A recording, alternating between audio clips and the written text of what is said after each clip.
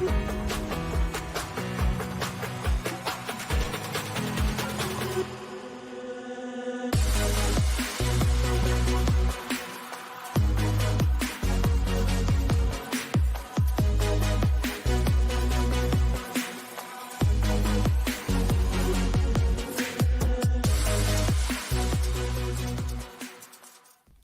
right. Hey, everyone. Welcome to HR Tech Talks. You know me. I'm Ben Eubanks. And you also know George because he's been doing a lot of the shows recently. George, so glad to be here with you.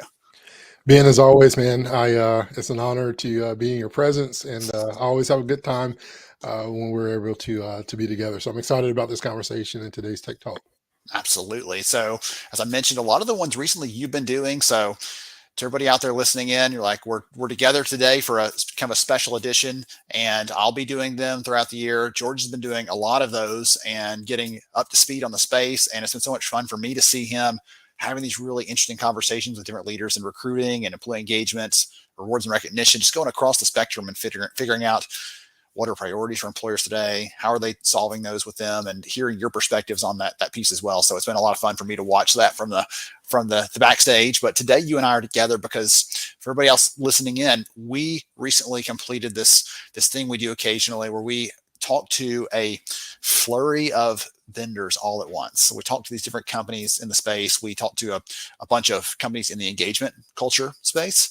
We also talk to a bunch of them in the recruiting and talent acquisition space. And so today we're going to do kind of a special edition based on this Lighthouse Listens event we just held. And we're going to go through and talk about some of these companies on the TA side. And before we started recording, George, you and I were actually kicking around. There was a news piece that just came out about companies that are laying off these DEI professionals.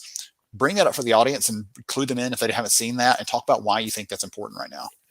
Yeah, obviously, 2020, the unfortunate events of the George Floyd really raised a lot of awareness and put a lot of spotlight on D&I. That increased in that year over 55% following those demands of broader, racial equity and justice following that tragedy. And what we're seeing now is, what I always struggle with, and those words, right? Words can mean a little bit different things, but being a part of nonprofits, whenever I heard the word program being, I always thought, oh, this is a short-term thing that we can apply, that we're going to adapt to, that we're going to have some fun with, but it's seasonal. And a lot of businesses done just that. They had a seasonal program that was part of a movement. It was part of for them, a hype train that, hey, we got to do something because now this is going all over. And if we don't do something, that sets us apart from our competitors. And so what we have now is that we're having this huge gap where talent is being released. Roles are being diminished and no longer needed or necessary. And what that tells me is a few things, Ben, is that the company, one, they treated it like a program versus a strategy. When you think about, the business, every year, the C-suite level, the owners, they get together and they create a business strategy for the next year. They put visions and things together, financial strategies. But when it came to D&I, it's always, for many, been a program. It's part of what we do, but it's not truly who we are. Yeah. And so what we're seeing now in a lot of companies that is when those who had programs, that it wasn't really part of their identity. It was a part of a movement for them. And some of those because of uncertainty. Leaders didn't understand or know how or why they needed to implement the D&I, didn't have the pieces or the proper people in place to really make this a part of their strategy. And so because it's uncomfortable in conversations that we've all had over the last few years, but it's also something that you got to have the right people in the right seat to be able to make sure this is part of the business strategy and the company strategy in regards to also how it affects your culture and your employees as well, Ben. Yeah, goodness gracious. It's such a big thing. And when I see the companies doing that, you realize one of the things we hear often from them is that, hey, we think this is important, but we don't always know what to do. Right. Yeah. So I know you're doing some more talking on that this year. You're going to talk about really embedding this in your hiring practices and some of your development practices just throughout the work that you're doing in the organization. And you do it you're going to bring some of the data, which I know I'm excited about, and you're going to get excited. Darn it. I'm going to make sure you are, but also bring in some of the personal stories and some of the examples and things that really make this tangible for people. So I love how you're doing that. So awesome. Well, thanks for kicking us off with that piece. That was a news thing that I saw the other day. I wanted to get your take on it, and this gave me a chance to do that in front of all of our friends out there in the space. So I'm going to bring this up really quickly just to share this, because we don't have these companies here with us today. But in this Lighthouse Listen session, we talked to I talked to 6 different companies. George was alongside me for some of those, and then he was in the discussions with every one of those on the culture and engagement side of things. We talked to these different companies. I'm going to give you like a minute or two on each of them, what we saw, what was interesting, and some of the problems that they're solving. So the first one up here is Jim. So Jim is one of the companies. They have a recruiting CRM, among other things, and the big focus for them is helping companies reach out to and connect with candidates at scale. So not just a one-to-one conversation, which is hard to scale up, but being able to reach out and send messages and communicate and feel very personalized to a bunch of people all at once, not just one person. So they're doing some really good stuff there. They've got some amazing customers, and they're seeing some good success in that space because we're seeing employers really prioritizing ways of communicating with candidates. I don't want to spoil anything. We've got our data release coming up pretty soon on our preview for what's happening for our new recruiting research. But one of the things we see in that research that's really standing out to me is a lot of employers are still planning on hiring more people this year. In spite of the headline saying, oh, there's layoffs and these companies are slowing down, for other industries, it's going full speed ahead with companies expecting to hire even more people this year. And if that's the case, we need to figure out how to communicate with them, how to do that well and effectively. So Jim is doing an incredible job there. So I'll keep moving across the list here. Since George and I have done some work together in the last couple of months around looking at employee belonging data from frontline workers. And Sense actually targets a lot of the employers that have high volume hiring, those employers that hire a lot of frontline workers, and does that in a very tailored way, using things like chatbots, using things like text messages, just really making it simple for people to feel connected and engaged in that hiring process, like they're getting the outreach the way they want to. George, one of the things that gets me is when we looked at our data last year at frontline workers in the big hiring study, one of the things that stood out to me is every single industry saw some version of ghosting from candidates, but the candidates in frontline positions told us the number one reason they ghost an employer is because they didn't hear any indication in the hiring process there was going to be any career advancement or growth. They saw it as just another dead end job. And we know that that's important for people to feel like there's a path forward, some sort of progress, right? Yeah. I think, when we looked at the data before, especially, we talk about, how this is in line again with diversity, equity, inclusion. Some of the numbers that really showed forth was people of color. Part of the thing that they wanted to see the most was the growth plan that they had with the company. And so you like that, Ben? I got some little data Hey, there you for brought it you, right in. Look at a you. little plug for you on that as well. But, those were 9 out of 10, racially diverse candidates wanted to know the career growth opportunities during the hiring process. And so Mhm. people no longer just want to be a part of a good company or a good company culture that's doing cool stuff. They will also want to know, hey, how do I stay with this good company? And what does that look like Level long up. term? Yeah, leveling up over time. So I'll do a dueling stat with you. One of the things I just saw in some of the analysis I was working on a few minutes ago is we asked a question this year about if you take a job as a candidate and you know that that company doesn't really have a priority on growing you, do you expect to get paid more, a little bit more, or a lot more? And again, to your stat a minute ago, racially diverse candidates in this data set were 50% more likely than non-diverse candidates to say, I expect to be paid a lot more if I'm taking this job that's not going to have some sort of future attached to it. So there's a lot of things that are indicating that. So again, take it back to Sense here. The thing that they're doing is helping companies really target and engage and connect with people who are doing a lot of frontline roles. And I was actually on a session last year with one of the partners at McKinsey, and we were looking at some of their data, and they were sharing that, hey, guess what? Frontline roles have a high concentration of diverse individuals in them. So if you're targeting those types of populations, you're naturally going to end up hiring a lot of people who are diverse. So some of the things that you were sharing there, George, really fit into that. Okay, so number 3 on the list, we talked with Yellow. If you're not familiar with Yellow, what they actually do is support hiring for early talent. That's what they call it. But it's college hiring, recent grads, targeting those people who are early on in their education or their career journey and helping companies appeal to them. So supporting university hiring, college recruiting, those types of things, and they help you connect directly with those candidates. One of the things that I think is really intriguing is they had an acquisition a little while back of a company called WayUp, and it allows them to help connect candidates directly with employers that are in those populations. And so they're helping companies to do a better job of targeting the right places where those candidates are going to be and interacting with them and setting up events and all the other kinds of things. And one of the big takeaways that I had from that session was we've had all this conversation in the last couple of years around virtual or remote or in person for work. What they're seeing is there was a period of time where a lot of the college recruiting events went virtual, but the students have said, no, we won't be back together. We won't be in person. I want to see these people. I want to talk to these people. I want to understand these companies. They want to be back together again. And so there's a really important piece of that. And George, one of the things that I think about in that regard is if I was an employer who hired a bunch of people that I'd never met, my biggest concern is how do they feel about our organization? Do they align with our values? Are they doing things that are consistent with the way we want to be seen in the community, right? This is the way we want to contribute to the world.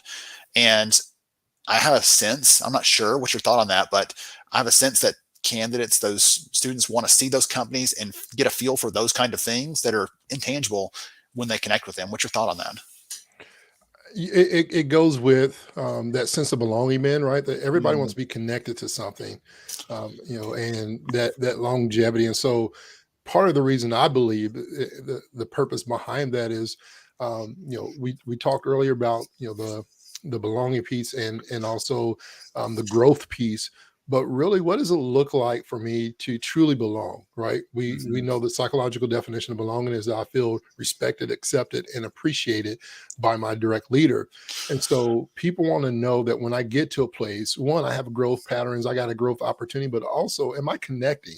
We're over that sense of getting a job, being at a place, and there's no connection, right? A lot of people are dealing with that outside of the work walls, but we really spend a lot of our time, most of our time, with our team members, with our leaders. And so I want to be able to connect with this person for multiple reasons. Number one, I believe the connection is how does this, because the direct leader then influences my growth, right? I want to make sure that I'm respected for who I am, I'm accepted for who I am, I'm appreciated with the talents that I bring to the table, because it ultimately is going to help me go to the next level. And that leader that I am connected with influences that. The other piece is on the other side of accepted, respected, and appreciated is I want to know that where I am as a person, individual, the things that I bring to the table, that I'm going to be recognized for who I am, where I am as well. And so how do we connect in that sense? And leadership is the influence of all of that.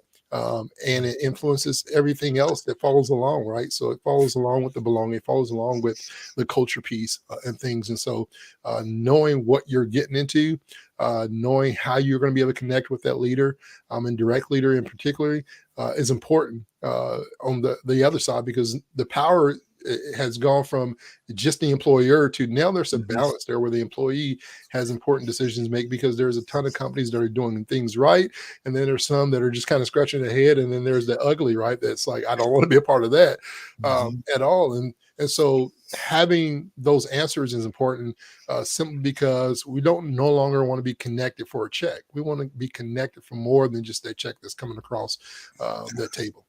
Yeah, some purpose. How about that? Yeah. Excellent, excellent. All right, man. I didn't know you were gonna like hop up and preach for a second, but I like that.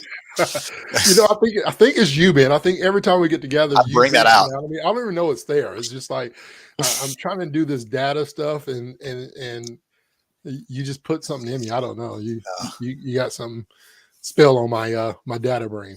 That's okay. We'll bring it. We'll bring it. Okay. So three more here I want to run through, and I'm talking a lot more than I thought I would in this. So I'm going to try to speed this up a little bit. So first one here going down across the screen, Aria by Leo4. So Aria is the product name, and this is a tool that allows companies to source for key roles and find candidates and engage and interact with them pretty much without having to put their hands on it. It's pretty incredible. And you say, I need to find this kind of person.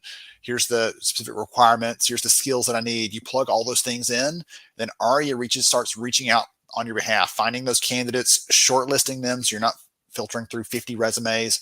And it does this by looking at things that are related to the job, not by looking at their backgrounds or their race or their gender or anything that's a protected class. So really helping employers get smarter about those things. And in fact, many of the tools that we're talking about here today, as George and I have kicked around with some, one of the things that they can do is they can actually put a diversity filter on to increase the quantity or the percentage of people who are diverse that they bring back to you in case you want if you have a mandate from your leadership to actually increase those numbers. So Aria is doing some really great stuff there. The Sensia team was one of those that blew me away. I see a lot of technology, and I don't say that very lightly. They have the ability to search for candidates beyond just a resume, to look at their likelihood of success, which sounds like an assessment, but it's not an assessment. What they do is they actually dive into some of the background that someone might have. So let's say, George, that you had led a company as the chief marketing officer from $1 million to $10 million, and were able to, sell the company and exit and all that kind of stuff. Well, if I run a company and we're at $1 million and I want to get to 10 million and I want to sell it, I need to hire someone that has the experience of doing that. I don't just need someone off the street who's a good marketing leader. I need someone that's done those things if I want to be more likely to accomplish that. And you can filter down to that level of detail, that specific level of detail, and find these people. So it's really incredible. If you're hiring for like key roles, things like that, that is something to definitely take a look at.